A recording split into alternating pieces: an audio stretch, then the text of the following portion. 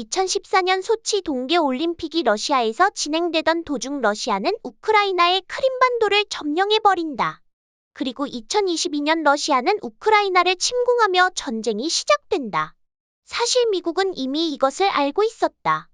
2021년 8월 15일 아프가니스탄 미군 철수가 일어나고 몇 달 뒤 2022년 2월 24일 우크라이나 침공이 시작된다. 미군이 아프가니스탄 철수의 이유로 탈레반이 아프가니스탄을 점령하여 더 이상 전쟁 유지가 불가능하다고 판단하여 철수하였다고 한다. 물론 그 말도 맞을 것이다.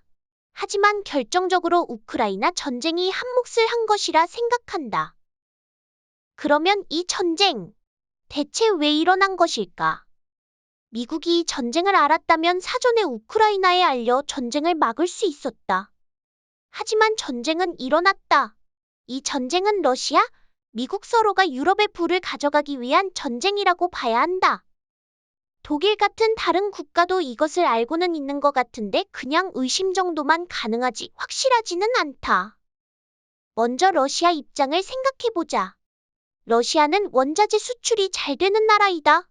석유와 가스 같은 에너지를 수출하는 나라인데 유럽은 북해의 가스전이 고갈되었으며 북해의 가스를 채굴하고 남은 오일을 채굴하기에는 시간도 오래 걸리고 탈탄소 정책과 반대되었기 때문에 북해의 에너지 채굴은 힘들게 되었다. 이때 러시아의 가스가 타이밍 좋게 저렴했기 때문에 결국 어쩔 수 없이 러시아 가스를 주력으로 수입하게 된다.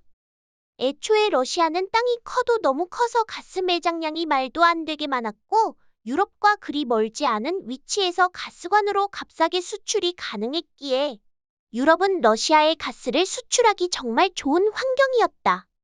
그런데 최근 탄소 저감 정책에 힘입어 모든 내연기관 발전 시스템이 사라질 것으로 예상이 된 러시아는 발등에 불이 떨어지게 되었다. 이전만 해도 수도 없이 많은 가스를 유럽에 수출하며 돈을 빨아먹을 개꿀 궁리만 하였던 러시아가 지구온난화가 시작되니 어쩔 수 없이 탄소 저감을 해야 할 처지에 놓이게 된 것이다. 러시아가 석유와 가스로 짭짤하게 유럽의 빨대를 꽂아 잘 빨아먹고 있는데 지구온난화가 이 밥상을 반쯤 엎어버리는 상황이 된 것이다. 그렇다면 이 석유와 가스를 팔 수 있을 때 최대한 이익을 얻어야 하는데 이 연료들을 어떠한 기술을 사용하여 이산화탄소를 저감시키면 좋겠지만 현실은 그렇지 못하기 때문에 이 연료를 최대한 비싸게 팔아야 할 처지에 놓이게 된다. 간단하게 전 세계의 가스 공급량을 줄여서 비싸게 팔아야 한다. 그런데 갑자기 가스 공급량을 줄이면 과연 유럽이 이걸 좋아하고 러시아의 가스를 받으려 할까? 아마 대체 에너지를 찾으려 할 것이다. 이미 유럽은 러시아에 시달려 있다. 무슨 말이냐면 유럽이 무슨 짓을 하면 마음에 안 든 러시아가 땡깡을 부려 수시로 가스관을 잠가서 자기들 하고 싶은 대로 하기 때문이다. 그렇다고 다른 가스를 얻자니 가격이 비싸고 그래서 러시아의 그늘에서도 벗어나고 탈탄소도 하는 태양광으로 에너지를 대체하는 중이다. 물론 태양광이 만능은 아니지만 핵융합이라는 궁극의 기술이 나오기 전까지는 이런 재생에너지를 사용할 수밖에 없다. 아무튼 모든 유럽의 국가가 탈러시아 가스를 하는 중이라 봐야 하는데 이 상황에 공급을 줄인다고 비싸게 구매할 인간들이 아니다. 그러면 러시아는 가스를 어떠한 방식으로 비싸게 팔아야 한다. 바로 유럽 자체적으로 러시아 가스를 적게 사용하게 유도해야 한다. 그리고 석유, 가스의 공급량을 적게 하여 가격을 높게 받아 미래의 에너지 비용을 러시아로 끌어모아야 한다. 그것의 해결이 바로 냉전이다. 서로 격발은 안 하지만 무역량이 줄어 해당 상품의 가격 상승을 노리는 것이다.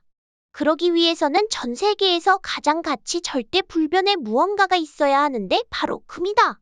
러시아는 이 금을 2014년 이후로 무지막지하게 매입한다. 외부에서 어떠한 공격을 하더라도 그 공격은 신용화폐로 이루어진 공격이 될 텐데 이 신용화폐는 결국 가치가 변하는 것이기에 금을 가진 놈한테는 잽도 못 날린다. 아무리 날고 기는 미국도 금 없으면 안 된다. 이 금이라는 것은 인류가 탄생하고 이집트 문명 때부터 가치 무변동의 무적의 화폐라고 봐야 한다. 안정적으로 경제를 돌릴 수도 있고 땅도 넓어서 식량 문제에서 비교적 자유로운 러시아는 이 냉전을 마다할 이유가 없다. 문제는 어떻게 하느냐인데, 만약 2014년 크림반도를 러시아가 먹지 못하였다면 다른 방법을 썼을 테지만 결국 크림반도를 접수하였고 가능성이 보인 러시아는 이 시나리오를 시작하게 된다.